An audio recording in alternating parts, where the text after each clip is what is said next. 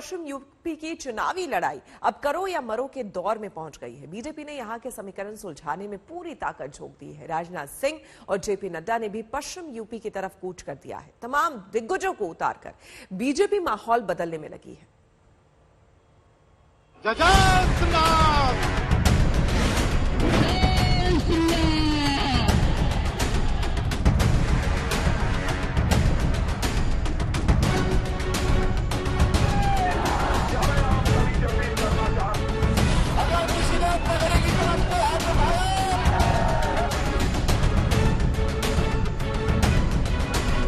पश्चिम उत्तर प्रदेश के चुनावी मुकाबले में महारथियों की मोर्चाबंदी अब साफ साफ दिखने लगी है।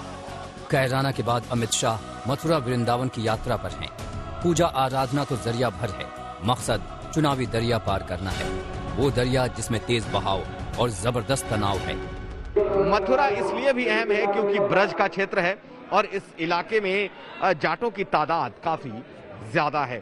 अमित शाह से जाटों के एक बड़े प्रतिनिधिमंडल ने मुलाकात की है और ये कहा जा रहा है, ये माना जा रहा है कि यहां आना कहीं ना कहीं उनके लिए भी एक संदेश है। इस समर में अमित शाह अकेले नहीं हैं। बीजेपी ने अपने तमाम दिग्गजों को मैदान में उतारा है।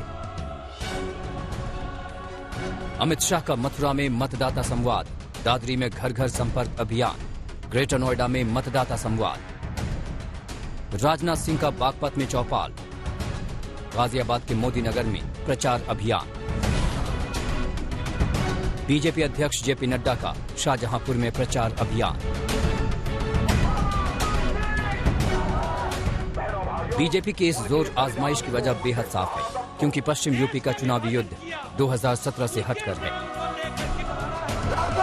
कृषि कानूनों की वजह से जाटों के असंतोष का दायरा इतना बड़ा और घना रहा कि बीजेपी खुद को खतरे में देखने लगी। पहले तीनों कानून निरस्त किए और अब जाटों को मनाने की कोशिश हो रही है। कल दिल्ली में जाट मनाओ सत्र के सूत्रधार खुद अमित शाह थे। बीजेपी को याद दिलाना पड़ रहा है कि जाटों से रिश्ता कितना पुराना और मजबूत है। कि हमारा आपका नाता तो 650 साल पुराना है। तो पूरी सभा समाप्त होने के बाद दो लोग रुक गए, उन्होंने बड़े भैया 650 साल समझा दो, आपकी पार्टी ही 50 साल से बनी, कैसे 650 साल? आप भी मुगलों से लड़े, हम भी लड़ रहे हैं, ये हमारा नाता है, करके इसका स्वागत करेंगे। 50 साल की बीजेपी और रिश्ता 650 साल पुराना। अमित शाह ने इसका मतलब भी बताया, लेकिन जो बात नहीं बताई गई वो ये कि बीजेपी जाटों को ये बताने में लगी है कि आखिरकार वो हिंदू हैं। पश्चिम यूपी की जीत की धुरी तो ध्रुवीकरण ही बनेगा, इसलिए बीजेपी जाट जाप में लगी है।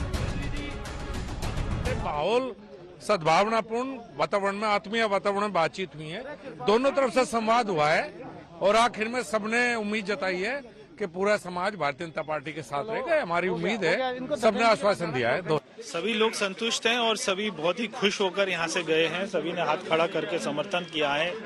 एक पंचायत में जब सारे व्यक्ति बैठकर पंचायत में हाथ खड़ा कर देते हैं और समर्थन कर देते हैं, और हमारा समाज तो इस बात के लिए जाना जाता है कि जहाँ पर खड़े हो जाते हैं तो वहाँ पे 500% अपनी ताकत भी लगाते हैं। तो सभी ने अपनी शिकायतें रखी। गृह मंत्री जी ने सबको बहुत ही ध्यान से सुना और सभी को विश्वास किया कि कभी ना कभी किसी न किसी समय सारी शिकायतों को दूर किया जाएगा। उन्होंने कहा मैं रेडी हूँ और हमेशा रहूंगा, और ये बोझ उनके दिल पर है और वो कभी ना कभी सारे सम्मान के साथ में इसको उतारेंगे। गृह मंत्री जी ने भी इस बात को स्पष्ट किया कि वह हमेशा से सब लोगों को साथ लेकर के चलने के इच्छुक रहते हैं, और चौधरी चरण सिंह जी की एक बहुत बड़ी विरासत पश्चिम उत्तर प्रदेश में और भारतवर्ष में किसानों के बीच में रही है, और हमेशा हमारी इच्छा रही है कि किसान के हित की राजनीति को भारतीय जनता पार्टी आगे बढ़ाए। तो जिसके जाट उसके ठाठ। पश्चिम यूपी वो आग का दरिया है जिसमें डूबकर जाना ही होगा, और बीजेपी की तो पूरी उम्मीद ही पश्चिम यूपी पर ही टिकी है। 2017 में पश्चिमी यूपी की 136 सीटों में से बीजेपी ने 80% यानी 109 सीटें जीती थीं। समाजवादी पार्टी ने 21, बीएसपी ने 3, कांग्रेस ने 2 और आरएलडी ने सिर्फ 1 सीट जीती थी। जब दांव इतना बड़ा हो तो उसी अनुपात में दम लगाना भी जरूरी हो जाता है।